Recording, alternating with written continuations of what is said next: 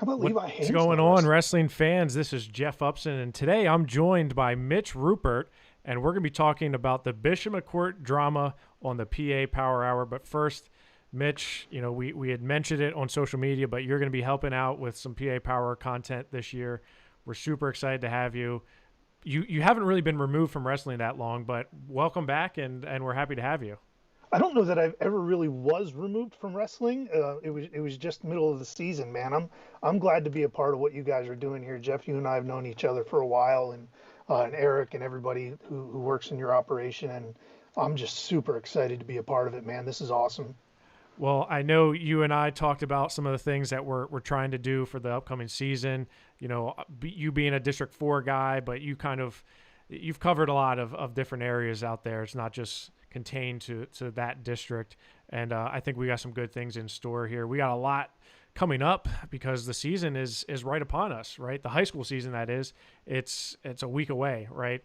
In a week, we're going to be at opening season tournaments. You got Ironman, Top Hat, Cumberland Valley Kickoff, Eastern Area, Chartiers, Houston. There's a lot of tournaments that are being the Mule Classic, Slanko Mule Classic, all across the state of Pennsylvania. So, are you gearing up for high school wrestling? Are you ready for it? I really am. Like about the time the college season really kicked in, as I started to get that itch, and I was like, I think I really want to jump into this. And then you reached out and started looking at the teams for the Top Hat in Williamsport because that's the tournament. I'm going to go there next Saturday, and that's the one I'm most familiar with.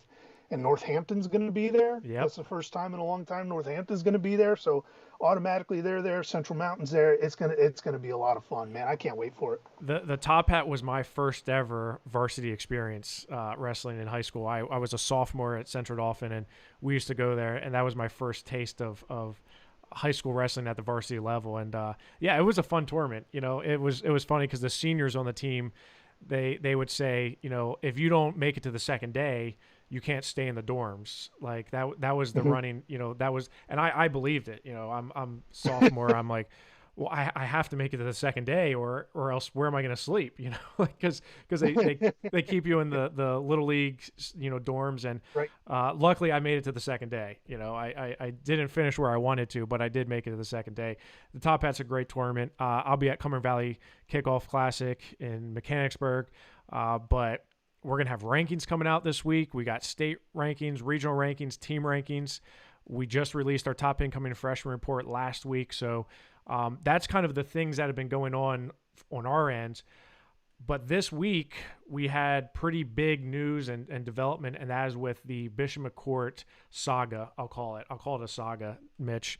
And I know you're familiar with it. You've followed it, but I've been pretty close to the situation. Obviously, we know Eric Knopsnyder has been, right there in the mix and in the thick of it for several years, because this isn't something that just happened last week, right? This has been going on for several years now. Unfortunately, this is now come to a head where on the first, that was a Wednesday, right? I think it was Wednesday. Today's Friday. I think it was Mhm. Wednesday. This all came to head after the PIAA had their appeals hearing. So we'll go back to, Bill Bassett is hired as the head coach of Bishop McCort. And with that, we had several top names in the junior high youth ranks come in to Bishop McCort. And after that, District 6, that was already on the radar, right? District 6 had them on the radar for a lot longer than Bill Bassett was Mhm. at Bishop McCort. And if you go back even further, at the time when Shad Benton was there was, they were put on probation for recruiting violations back then, right? And if you want to go back even further, co-op between Westmont Hilltop and Bishop McCort for years, right? Carnell Andrews, Josiah Jones, Anthony Waters wrestled for Westmont. But they went to school at Bishop McCort. So Bishop McCort decides that they're going to build this wrestling facility. They're going to have their a team, and for a few years they were finishing high at the individual tournament because they had these hammers. So that kind of rubbed the Westmont people the wrong way, right? And it's Johnstown's much like any other town where you have your Catholic and your public school, right? And where I grew up, Harrisburg, it was Bishop McDevitt and Central Dauphin. Whether that's the same, other places, it's a very common theme across the high school sports, right? District 6, then they receive they were just I mean, in my opinion, District 6 was waiting for that punitive that measure where they could say, yes, we got you on this one, right? And that came when there was a wrestler who transferred from Forest Hills to Bishop McCort. Now, Mason Gibson, Eric Gibson, they transferred in last year. Both of them had been enrolled at Forest Hills, but they come over. Mason is ruled eligible. Eric is ruled ineligible. Okay.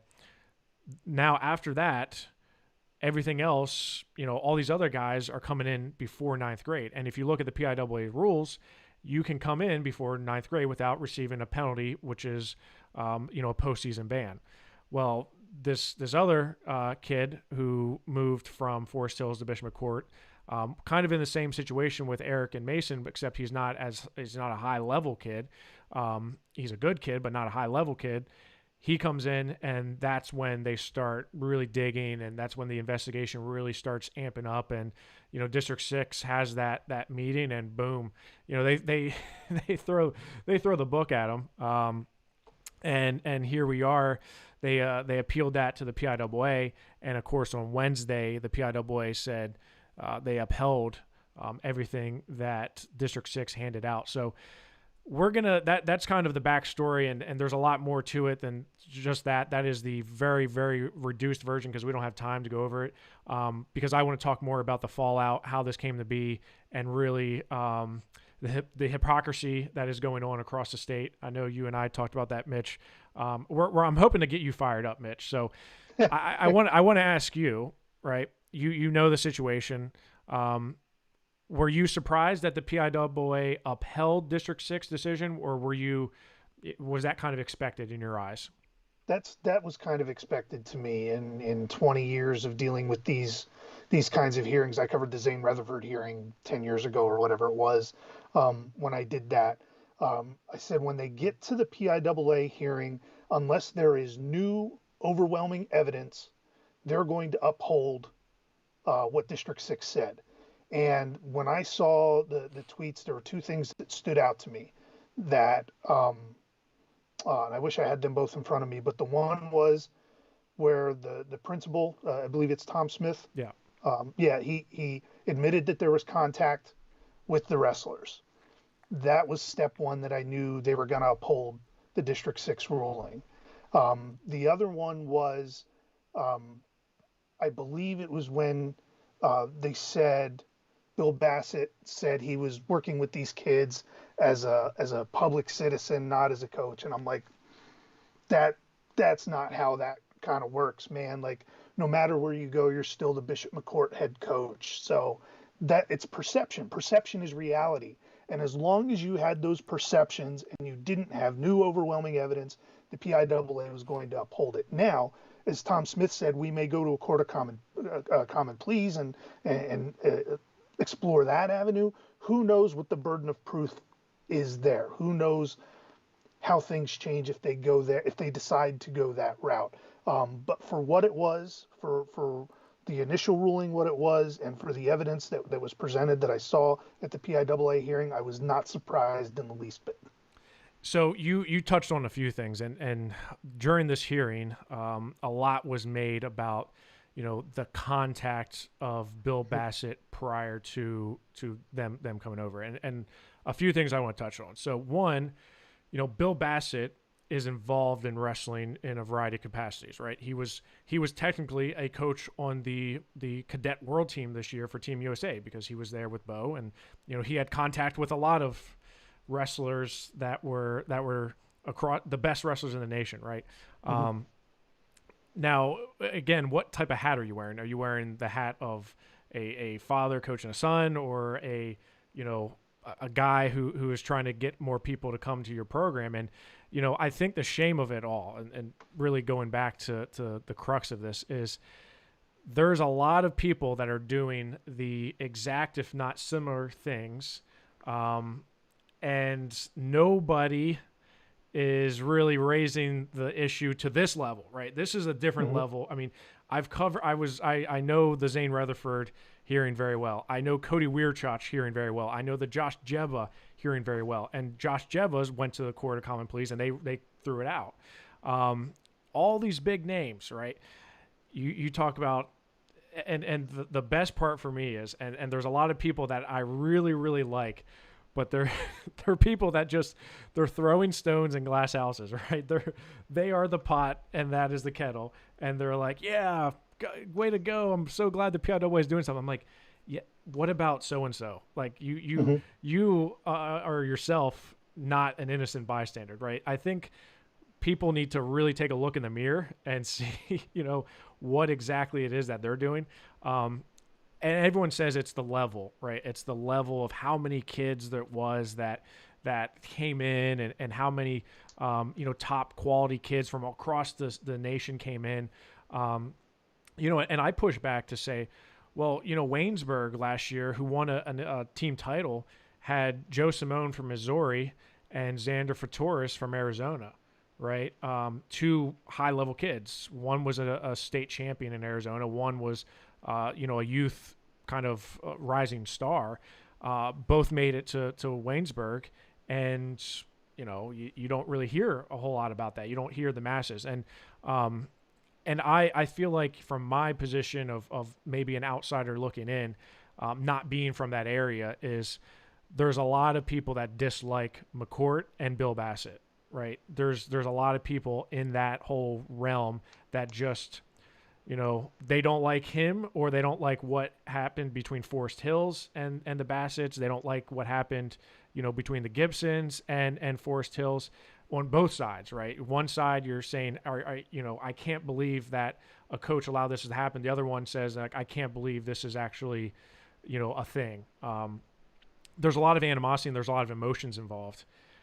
So I think we sometimes see people make bad decisions and say some pretty unfathomable things on social media because of they're not using their forebrain. They're using that emotional reaction to it. And I know you and I talked about a lot of different reactions out there from folks that they were visceral, right? And I think that's a shame. I think it's a damn shame that we're seeing that type of behavior from adults. But I guess it's not that surprising. Right. No, that's the culture we live in. We live in a hot take culture, and I am the wrong person for the hot take culture, because I am calm, I am rational. You are, yeah. I never get worked up about things. I like to take time to digest what's coming out, what's being fed to us, and form opinions that way. So when you talk about people in glass houses shouldn't throw stones, I always come back to this. And I said it on Twitter the other day. I beat this saying like a dead horse. The problem is not public versus private. No. The problem is the unequal enforcement of the transfer rule. Because if the school where the kid is moving from does not challenge, we never hear about these transfers until a kid shows up at a school. If nobody in the process challenges the move, we never hear about the process. There was no hearing. Go back to Joe Clark, who wrestled 3 years at Benton and won a state title his senior year at Muncie, who I covered. I love Joe. Joe was a great guy to deal with, and I like Brian Hart, who was the coach at Benton when he left there. There was no challenge when he left because everybody involved knew a fresh start is what he needed. So they let him go. Was there bad blood between the two schools, the two programs? Yeah, there was a little bit, but there was no hearing, so we didn't have this vitriolic reaction to somebody like Joe Clark, who ended up winning a state title at Muncie after he transferred. But that's the problem. And I go back to something, and I wrote it down before I got on here.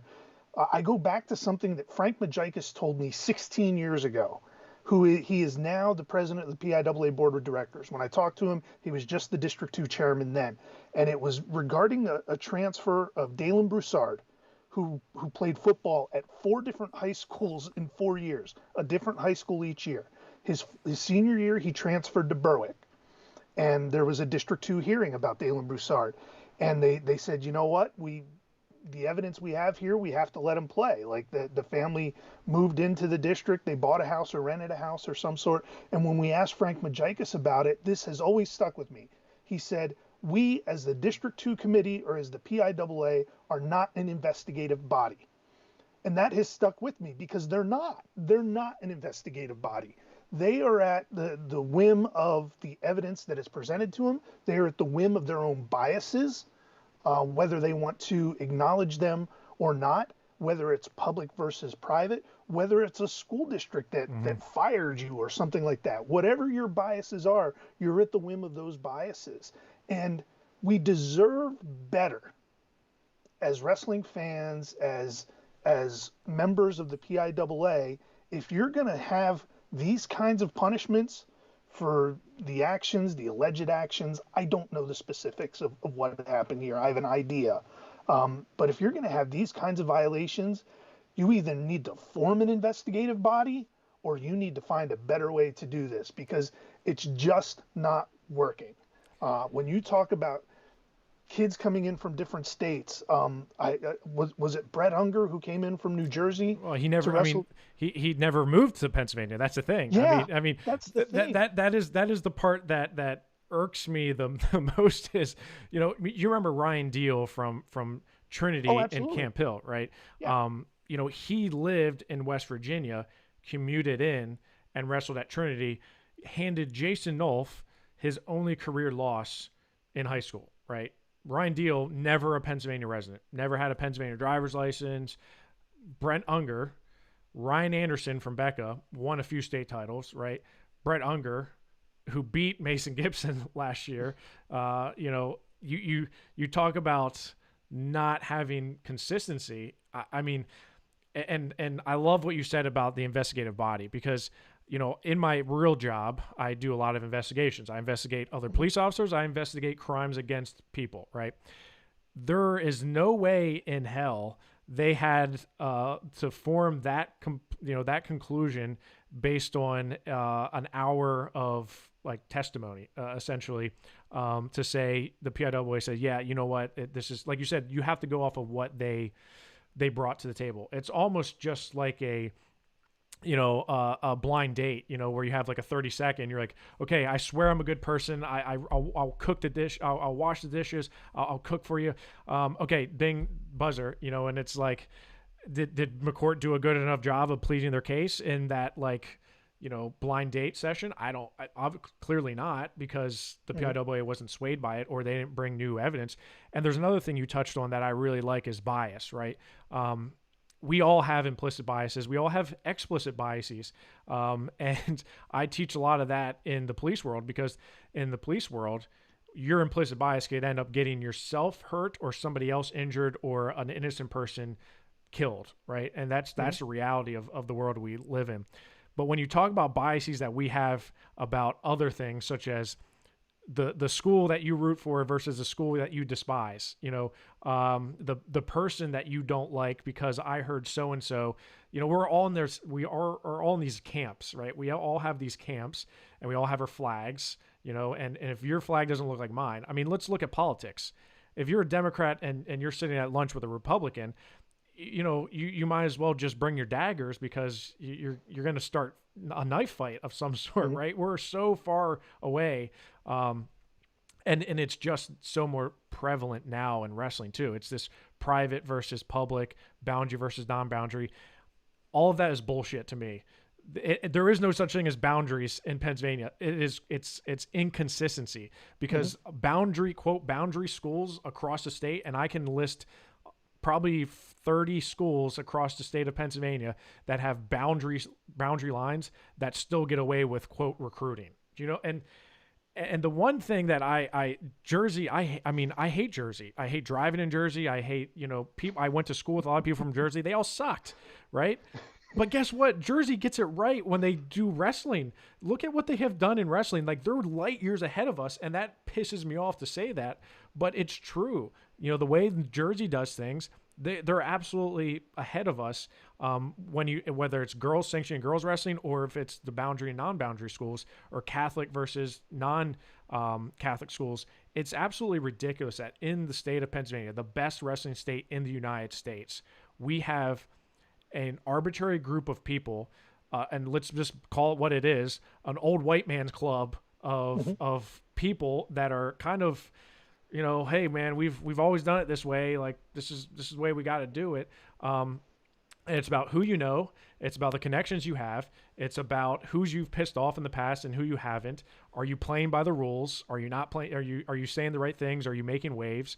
And and if you ask Bill Bassett, he's the type of person that he kind of makes waves a little bit. People, I mean, and I don't think it's necessarily intentional, but he's just a person that is naturally going to have more people that look at him critically, right?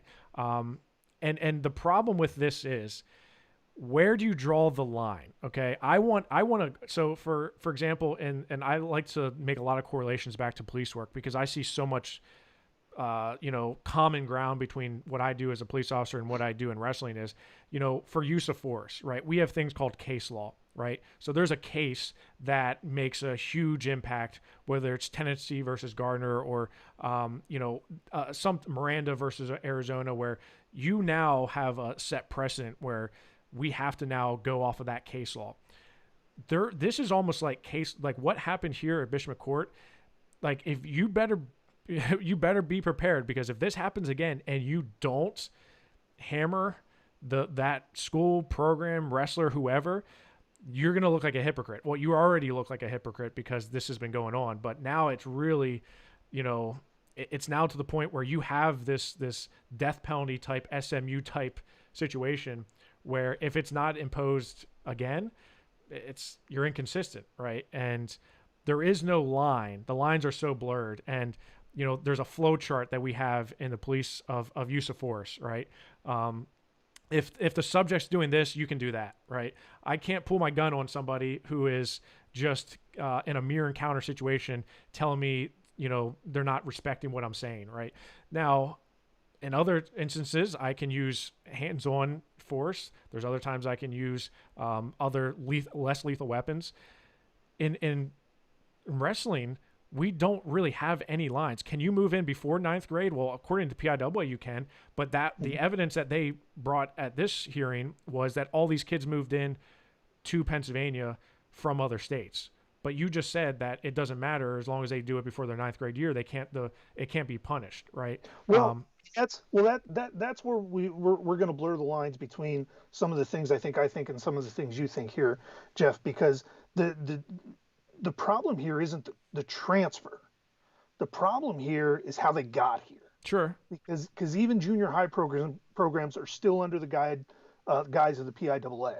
So here's where my big question comes, and this is a question I've never been able to answer in 20 years of covering Pennsylvania high school athletics. When it comes to these hearings, where does the burden of proof lie? Does it lie within the school who is challenging, within whether it's District 6 where that they're making the challenge here that there was recruiting, or does the burden of proof lie in the school who received the transfer proving that they didn't recruit, right. or does it lie in the family for saying we didn't move here for athletic purposes? Because it feels like from case to case that burden of proof is changing. Yeah. So, and I think I truly do believe where the burden of proof lies is important, because it's so much like, how can, when we go back to the Zane, I'd always go back to the Zane Rutherford thing. How can you tell Zane's parents what they were thinking in their decision to move? You should have to prove your intent was to go there for athletic purposes. And it can't just be hearsay. It can't be innuendo. It's got to be hard, firm proof, because you can't prove what people are thinking, and which I'm sure from your world in the police force and what you do there, So that's a big question for me. Now, that goes back to, are we talking about recruiting here, or are we talking about the transfers? We can't, and I talked to a coach as soon as the District 6 ruling came down that said, you have to know that if you're bringing in this many kids from this many areas, you just put a huge target on your back. You have to know that something's coming down the pike of somebody's going to look into it. So you got to dot your I's, cross your T's, mind your P's and Q's, and make sure everything's kosher as you get into it. So there's so much we don't know because none of us were in those rooms except for Bill Bassett to know what happened. So it's all so messed up. And you're so right. It is all so messed up, and we're in such a bad spot that no matter the outcome, everybody's going to look bad. Somebody's going to look bad. Yeah, I mean, there's no winners in this. There No, are no. zero. You can't tell me Forest Hills is the winner. That you can't tell me that that society is now better because we've punished the program. Let me go back to what you said about you had to know, and I would agree. Like, you have to know that. When those kids come in, that it's gonna draw some attention, right? My question to that is, why can't they come in? Like, there's David Taylor at M2, right? He's a pretty notable name, right? Kids, I would love for my kid to wrestle for David Taylor, right? I would love for him to train at M2 and wrestle under his tutelage, right? So why, my son's 9 months old, right? So if I move to State College so my 9-month-old can eventually start training with David Taylor, and I'm saying all these things like, man, I'm so glad I moved here because, now I'm with DT and M2. Well, they're like, when your son was 9 months old, I believe he was recruited to M2 and because you had this connection with David and where's the line, right? And the line to me is, can Sam Herring and his family relocate to Pennsylvania? And, oh, by the way, they know the Bassets, they know what the work ethic is of the Bassets, and they want to advance their high school careers. So are you saying, well, yeah, you can do that, but you can't do that at a certain age, or we can't bring in that many? If you bring in one really good person from out of state, okay, but you can't bring in 3 or 4. Like, where's the cutoff? What's the number Right. of out of school, out of state transfers that it's acceptable in the eyes of the PIAA, or even out of the the region, the district, right? How many kids flock to Pennsylvania just because wrestling is better in Pennsylvania? And are we saying, you know what? Sorry, you should go to like a smaller school and you should transfer into a smaller school so that way we're not building super teams.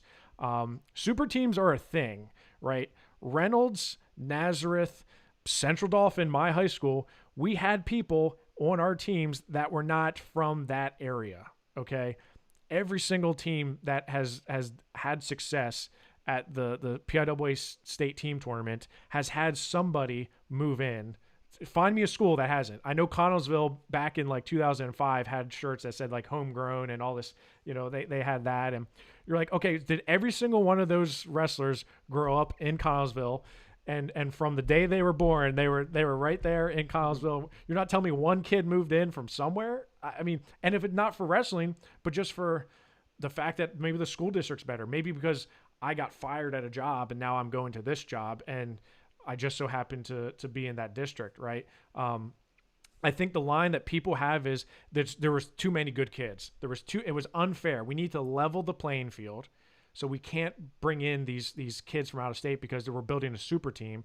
I would say that's like the Patriots saying, you know what, we can't bring in all these free agents because we don't want to beat the Steelers that bad. We want to make it even with the Steelers. And maybe that's a bad analogy, but I guess my personal bias is that I don't like when the government, and this is kind of a hard thing that I deal with, is because I work for the government, and I infringe on people's rights. I don't think the government has the right to tell you that you can't move if you pick up your house and you move. Absolutely. And I'm in this district, that I can't go to school and participate in athletics. Like, what America are we living in where I can't literally move my family? The ones that, the ones that I would have the most disappointment at are the ones that they rent an apartment. They rent an apartment for so and so. There's rumors about Wyatt Henson. Wyatt Henson had an apartment, or somebody moved in with another family. At what point do you say enough's enough? You're either it's like a vax card. You got to have a card that says this is where I was born, this is what school district I was in, and if I move, I got to prove that it wasn't for this reason or that reason.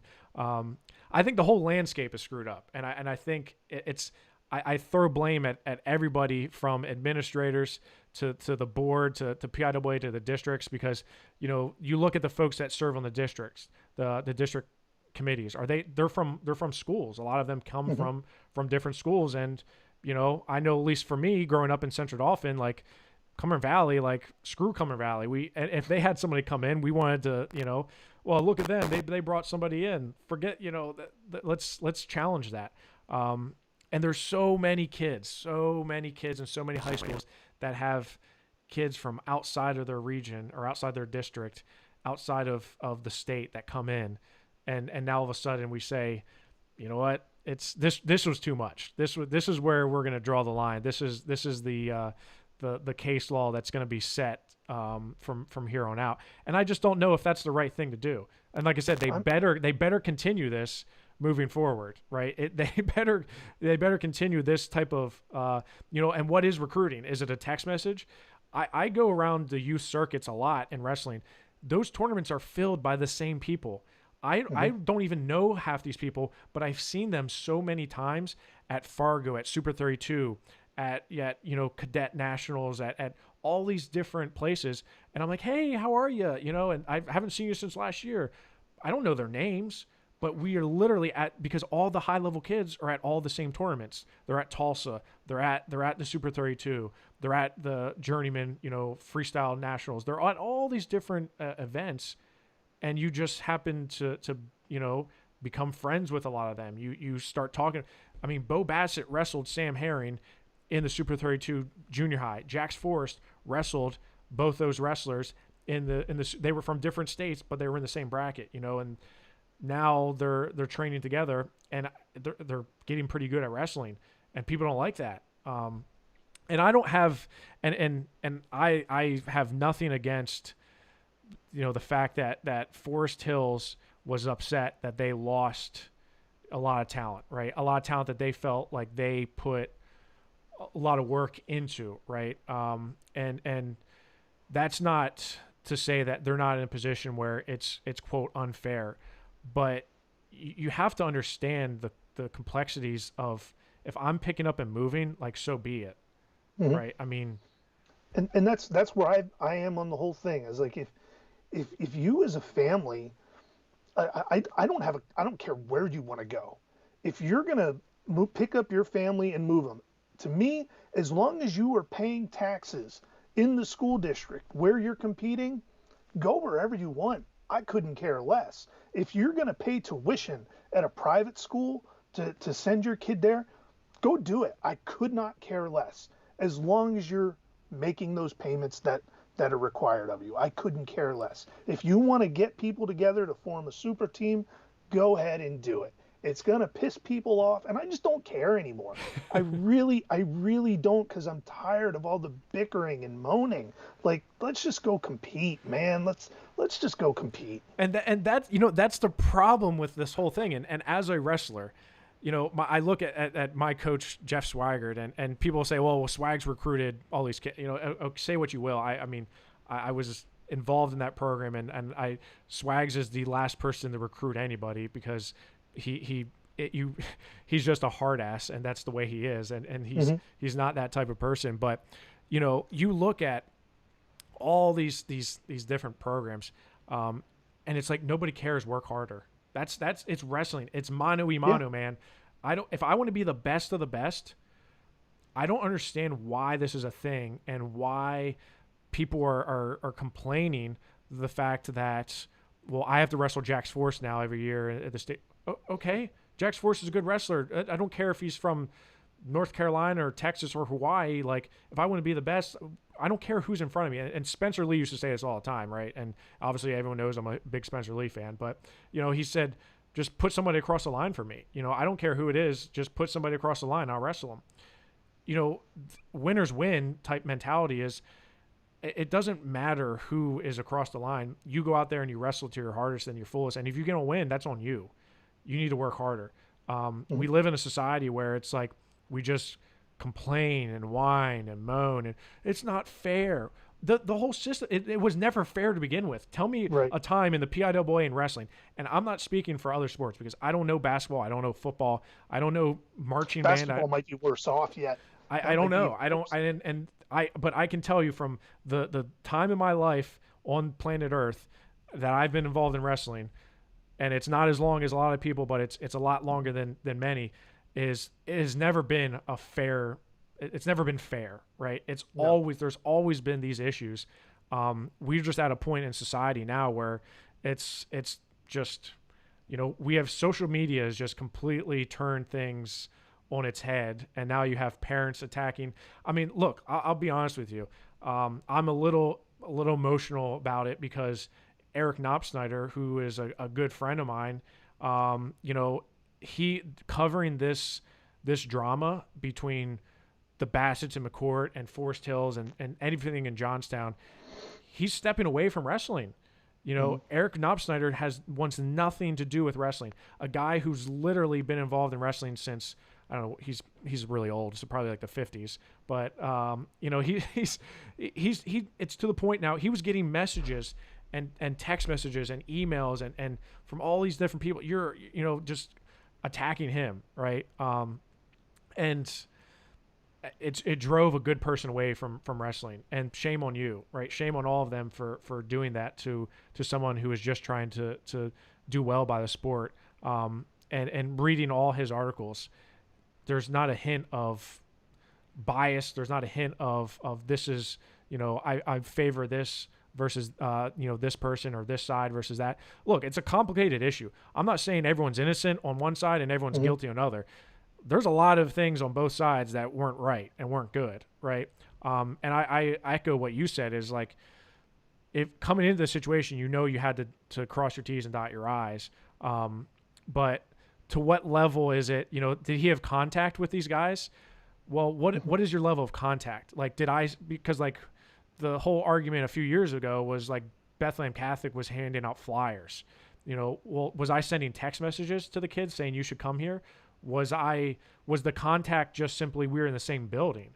Did I have a conversation with your parents? Like, go to any wrestling tournament. Parents talk to each other, especially opponents. So, hey, what do you? I get a really long with this kid. What are you doing? What type of routine? What type of regimen are you doing? Can I get your number so we can exchange messages? You live in North Carolina. I live in Pennsylvania. Spencer Lee and Devin Brown moved from Sagertown to Franklin Regional prior to his freshman year, right? And everyone said, well, Franklin Regional is now a super team, right? And for whatever reason that was, Larry Lee got a new job in Pittsburgh, moved to Murraysville. They bought a house, and Sagertown didn't say anything about it because they're like, it is what it is, right? Yeah. It's what you're in the Southern Columbia realm of things. Don't they recruit like crazy in football? I don't know. That's what I've heard. I don't believe everything I hear though, Mitch, unless it's on the internet. I mean, it's so similar, and it's to the point where, and this was the same way with Berwick in the 90s, the 80s and 90s, where your program's so good you don't have to recruit. People just want to go there, So do I think people are recruiting? No, like the naive part of me says no, I don't think people are recruiting, but I'm smart enough to understand that there are conversations, I'm sure, that are had somewhere along the road, but we're talking about a super slippery slope, man. The prevalence of club wrestling in this day and age of the sport, it's so important to get that competition and everything. And we're talking about a super slippery slope because so many of these high school coaches are coaching in clubs, helping out at clubs, giving clinics, Like I don't want to start this ball rolling. I don't know what was said by Bill Bassett. I don't know if anything was said to anybody. All I know is at the end of all of this, the only people getting punished are the kids, because that's what matters here. Like, if you want to punish Bill Bassett, go ahead and suspend him if you think this really happened. But to punish the kids like they are, that's the thing that pisses me off. That's the thing that irritates me. If you want to say, I don't even want to say they can't have a program, like, no, like the kids have done nothing wrong. We're punishing kids for the decisions of adults, and that's wrong. And it's the same thing that we see in the NCAA all the time for violations that happened 7 years ago. This year's kids are going to get punished, Mm-hmm. and it doesn't help the sport. But I don't know that the PIAA cares about the sport of wrestling, the growth of the sport of wrestling. I'm sure they care about wrestling. They don't care about the growth per se, but that's what you're killing here, and that's the part of it all that irritates me is I'm not going to get to see Bo Bassett for 2 more years in the postseason. I'm not going to get to see Eric Gibson in the postseason again. I'm not going to get to see Mason Gibson again, potentially in a state final for 2 more years. And if, as I think, I'm guessing, if Bishop McCort wants to explore the route of going national preps, I'm never going to get to see him in Hershey again.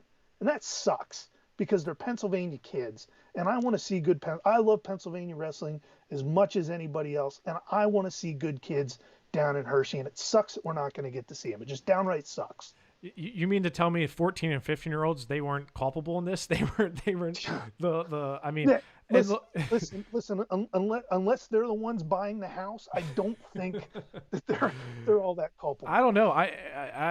You never know. They may have put, earnings With how much together money, and with how much money people are making on TikTok nowadays, you're who right. knows? I know Who knows? kids that make a lot of money, man, Yeah. off of social media stuff. And you bring up a good point, right?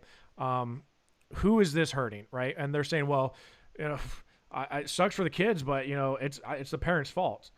Okay, so you're punishing the parents through the kid, right? So now you said I can't wrestle for X amount of years.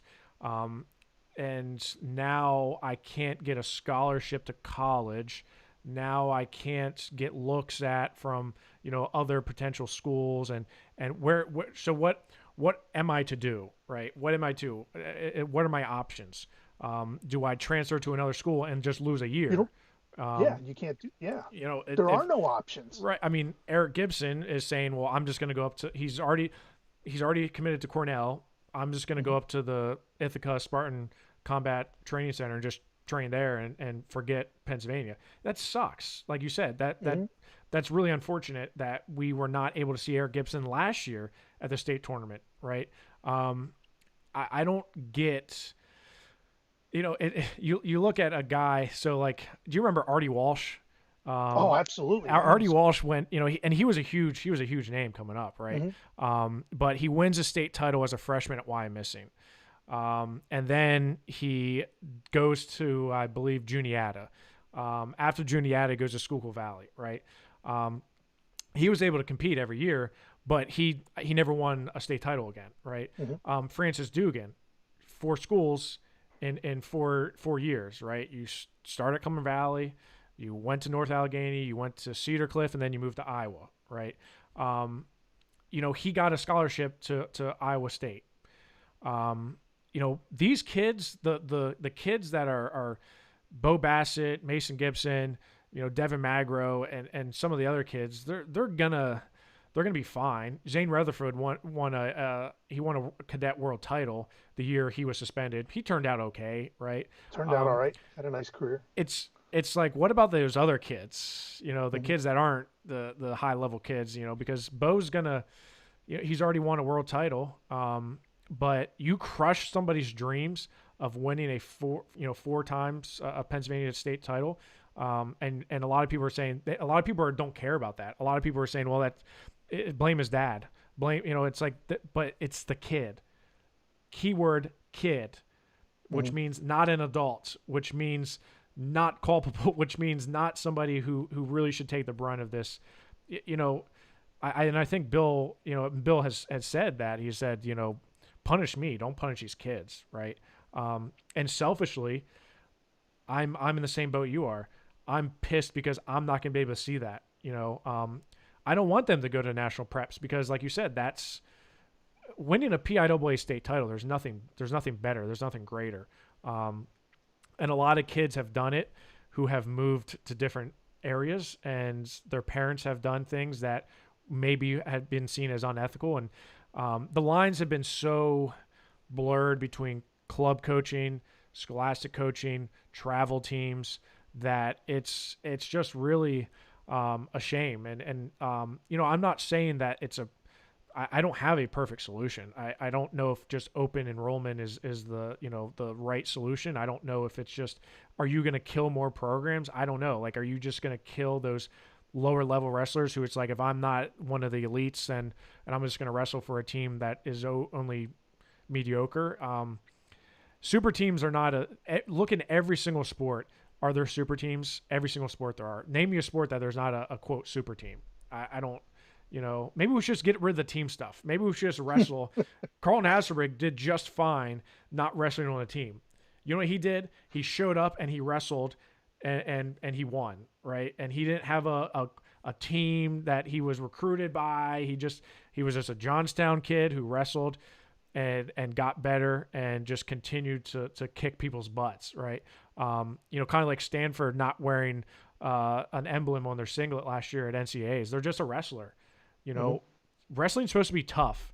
I don't see a lot of tough people out there, Mitch. I don't see a lot of tough people online. I see a lot of crybabies. I see a lot of, hypocrites that are that if, as long as it's not their program, right, their clan, it's okay, right? I don't know. I've seen a lot of comments from people who I laugh at because I'm like, you're at a program that I can name you 4 different transfers just in the last 5 years. And I'm not saying have at it. I'm all for it, man. Like, but that doesn't mean that you should be cheering for the fact that these kids are now, Mason Gibson's PIAA career is over, or that Bo Bassett's potentially not going to have a chance to win 4 state titles. And does it matter? Probably not. But man, he's put in a lot of work to be pretty good. I certainly didn't work that hard, so I can't say what it's like, but I would be pretty disappointed if I was him.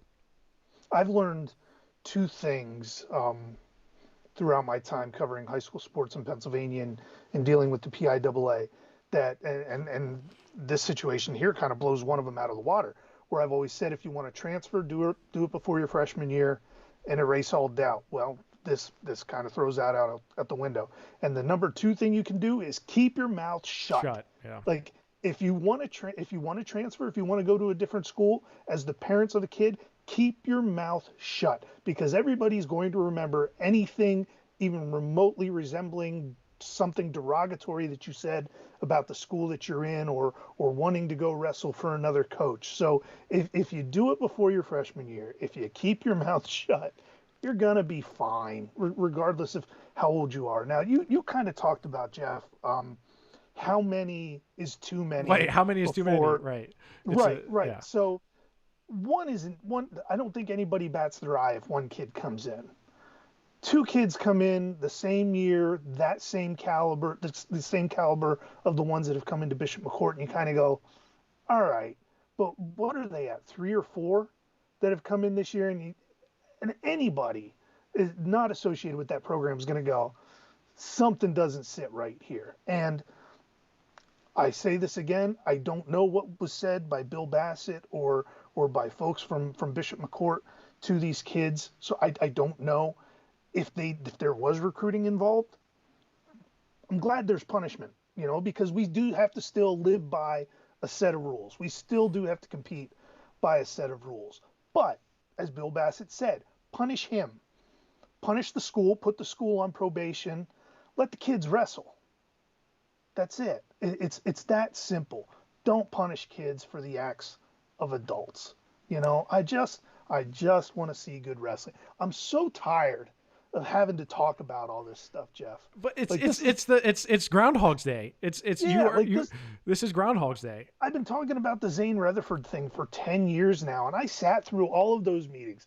Like I sat through the District 4 meeting, I sat through the PIAA appeal where they said there was problem in how they had the hearing in District 4 and they sent it back Yes. to District 4 for the hearing. I sat through that. I sat in the hallway at Warrior Run High School because we weren't allowed in the meeting for 2 hours waiting for somebody to come out and give us a morsel of what happened. And then I had to go back down to Mechanicsburg for that other meeting. And I look at Russ Hughes and I was like, so what's going on? He goes, I guess he's not wrestling, and walks out the door. You know, it's like I'm so tired of sitting through this bureaucratic BS. Like you got to address it. If it's Yeah. a problem, address it in your bylaws. Talk to people. Maybe you need to find an investigative body, somebody who can do a proper investigation for you. Maybe you keep a PI on retainer or something like that. I don't know. There has to be a better way, though.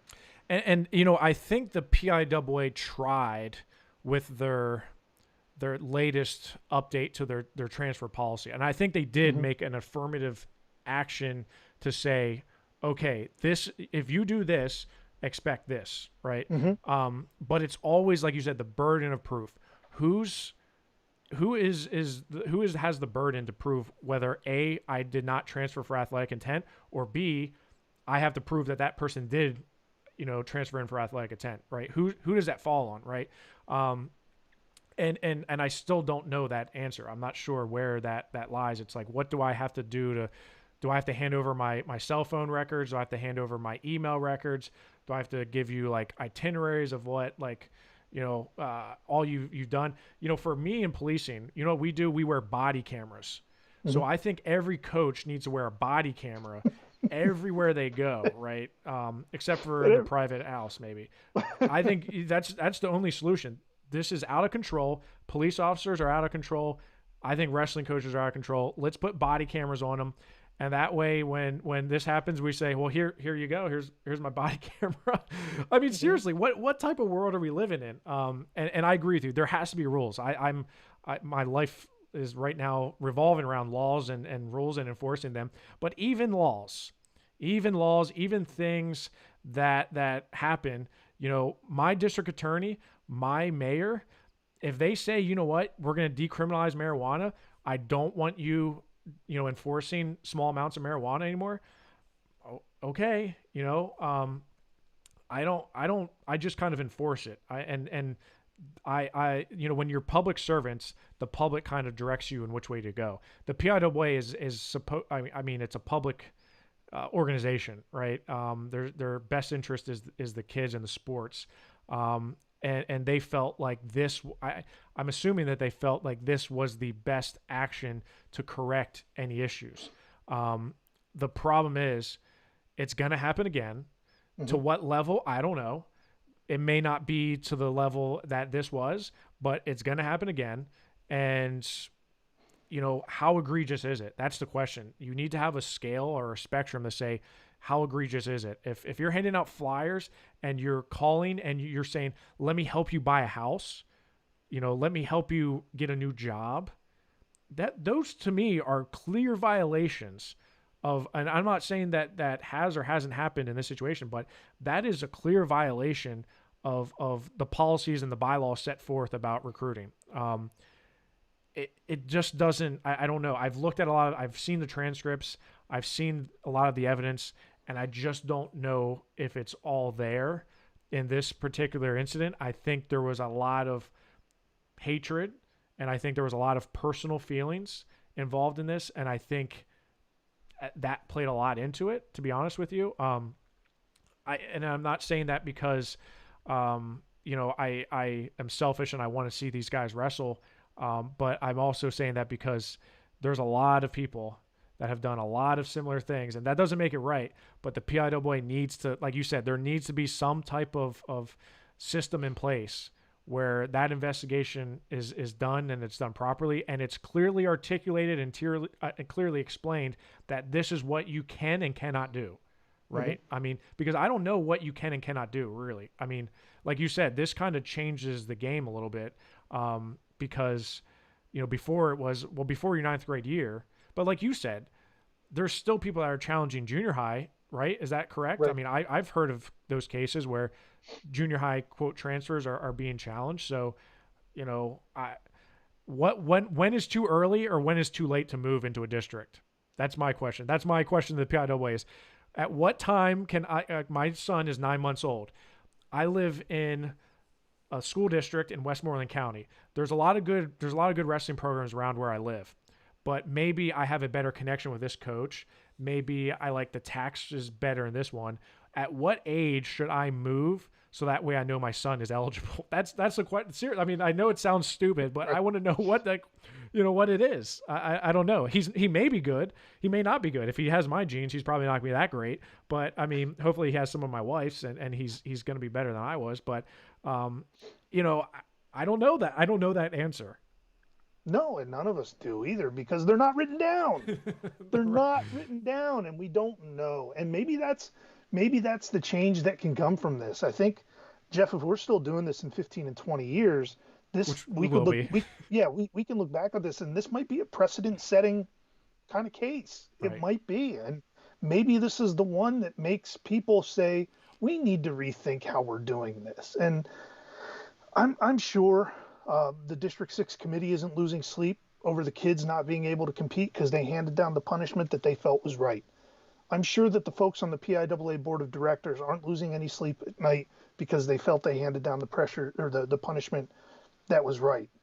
But how can you take away seasons of competing from these kids when we just went through a global pandemic in which we lost an entire spring sports season, and how devastating it was for those kids to lose a spring sports season? How can we take these seasons away and act like it's no big deal? Like, there has to be some internal reflection that comes from this, both from Bishop McCourt's side and from the side of the Yeah. bureaucracy. We have to look at this and say there has to be a better way because this isn't right. Whether or not it's fair, I don't know. I don't care at this point if it's Hey, fair, hey, Mitch, but life's there not has to be a fair. better way. That It's not. life's not. It's not. I mean, I can remember my coach Jeff Swigert. He got cancer. It's well publicized that he got cancer, Mhm. and it was my senior year that he was diagnosed with it, and he came in, and he kind of announced it to the team that he had cancer, and I think we were more as teammates and as his wrestlers, we were more upset for him. He just was like, it is what it is. Life ain't fair.